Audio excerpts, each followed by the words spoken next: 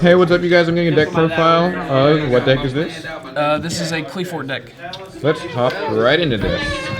Alright, so obviously you run the 3 scout because you need your searches, and Can you move them up a bit on the map? Perfect. yeah. You run your 3 scout because it's scout. He's awesome. He gets you pretty much search for anything you want because it's card, not monster. I go with 2 disc, mainly because I don't have a third, but also because disc can get kind of cloggy at times. His effect is awesome, but if you're running a skill drain build or something, when you get him in hand with that, it's good to have a 31. It's good to have a 31 beater on board because of skill drain, but you know he's just better at 2, in my opinion. Next, I run the 3 carrier because you need your 1 scales in this deck. Because there are plenty of level 9s, but level 1s are, not that much. And also, I find myself tributing scale off in a lot of games, just because of the bounce effect, especially against Burning Abyss. It's really good against Burning Abyss, and it's actually won me games. People have told me after the game that I won because I bounced their stuff. Next, I run 3 Helix, basically the same as carrier logic. Popping back row is really good in the format right now. I know they can still chain the stuff and everything, but popping back row without actually having to run MST is great. Because Shaddoll Dragon and all that, and Helix. I run 1 shell. I used to run about 2. Shell's pretty good, but I really only run him for the non-scale just in case I don't draw on anything else. Because of scout and everything. His double attack effect is great, but I really only use that whenever skill drain's not out and I'm trying to go for game. I run 2 Cephalopod, mainly because I feel he's good at 2. His effect is wonderful pretty much against any deck in the format right now because of the you gain life points and they take the same according to how many are in your graveyard, because everybody knows that pendulums go to the extra deck and not the graveyard, so you're pretty much not going to have any monsters in graveyard. And also just because he's a 9 scale, he's pretty good, and I feel like he's just a good run at 2. Might change in the future though.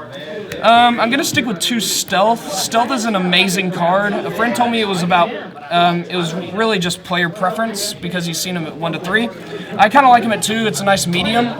That bounce effect to where you can't trigger anything is amazing because you can bounce something, BA can't trigger their Fire Lake or their Phoenix Wing Wind Blast or anything, and it's just an incredible card to have, especially if you tribute off a carrier with it, because then you get 2 bounces, which is amazing now since everything happens in the graveyard.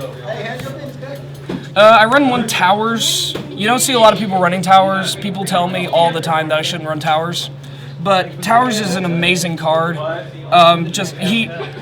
should have been an Egyptian God card. This is what the Egyptian God card's effect should have been. He's that good. I call him the God card. And I run Towers. I'm not going to run Skybase, I don't see in the near future, because, Skybase is more vulnerable since he's level 9, so he's more vulnerable to the level 10s and stuff. And also he's at 2900 attack, which, is kind of easier to get over than a 3K. Don't have it yet, but this is going to be my monolith. My nice, shiny, pretty monolith that I'm going to get someday, which I know I will have. Monolith is just going to be an amazing card. Those free draws mean you'll probably never have a dead hand. And if he goes to the extra deck, oh well, there's other stuff you can run as well. Monolith's just a good fit at 1 because, he can get a little cloggy. He's not as great as Scout, but he's still an amazing card.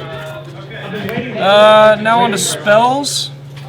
I'm going to go with, obviously, the 3 Summoner's Art. Get your Scout in hand, and when you get him, Monolith, if you already have, 2 Scout in hand, because I find myself going to 3 Scout a lot before Monolith.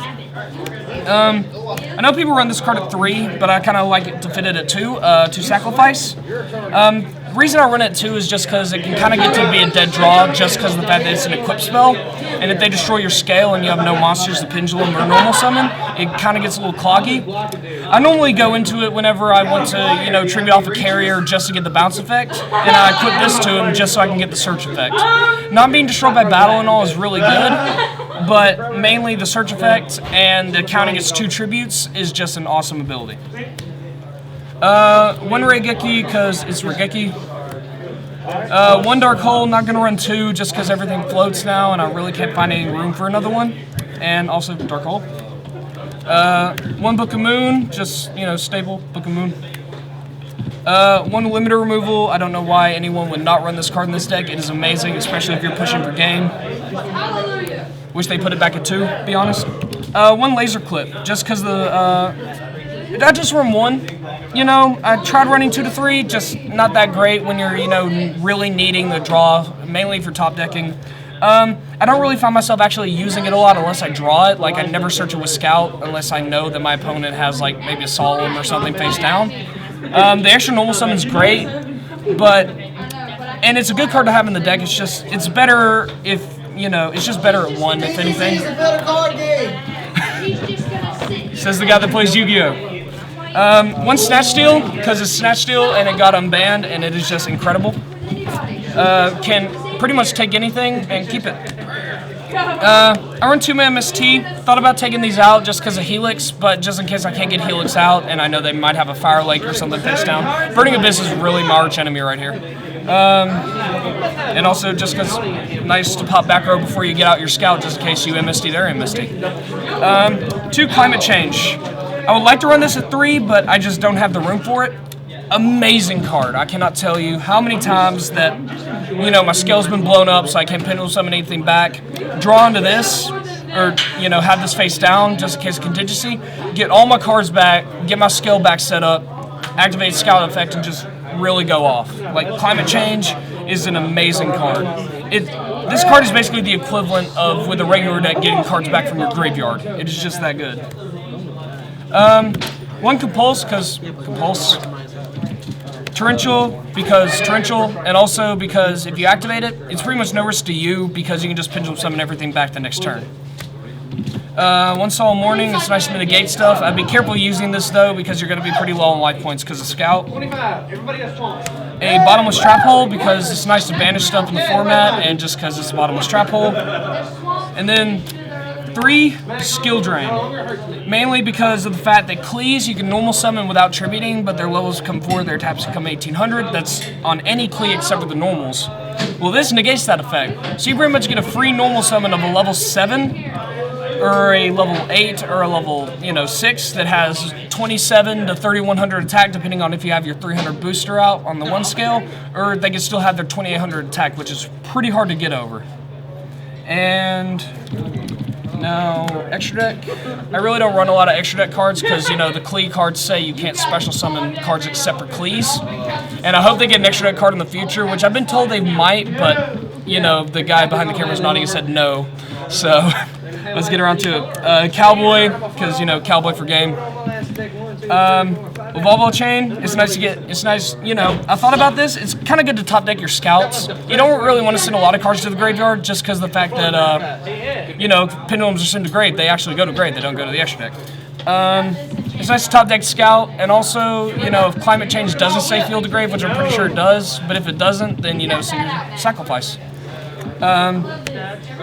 Sacrifice, not Climate Change, I just realized I said that. 1 Exciton Knight, because it's nice to blow everything up now and then, and also, again, no risk to you, because they're going to go to the extra deck anyways. Zenmains, because, wait, I don't know why I have Zenmains in here.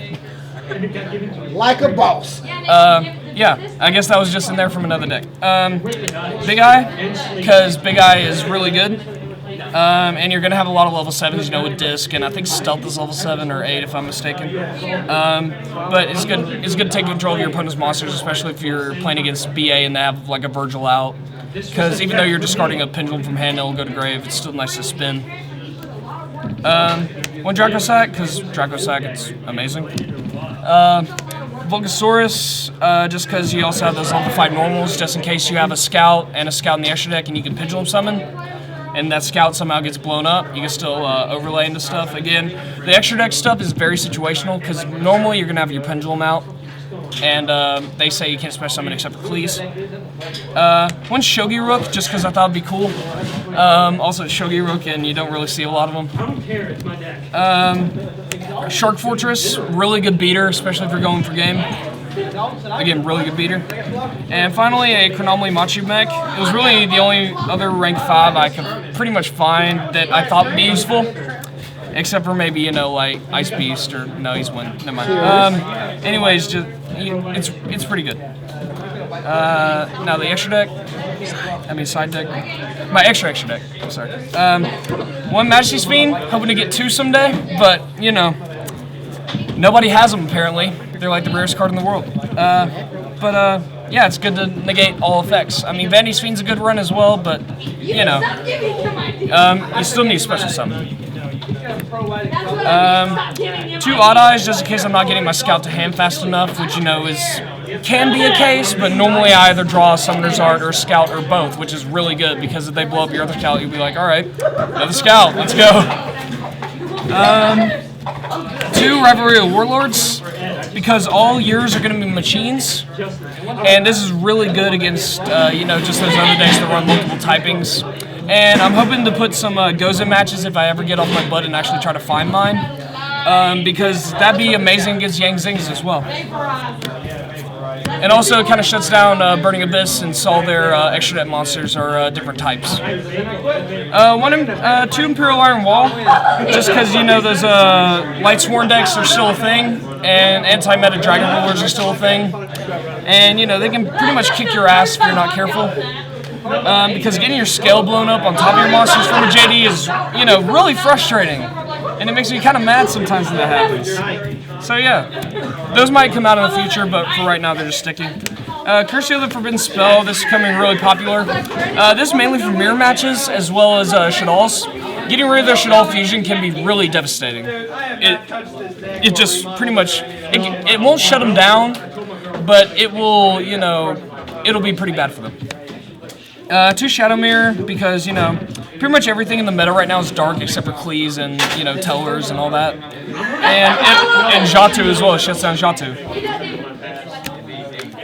Light, because, you know, it's light, shuts down Dante, shuts down, you know, Lightsworns in general, shuts down Qilin, shuts down pretty much anything that can be used against you, because, you know, dark and light are the main attributes in the game.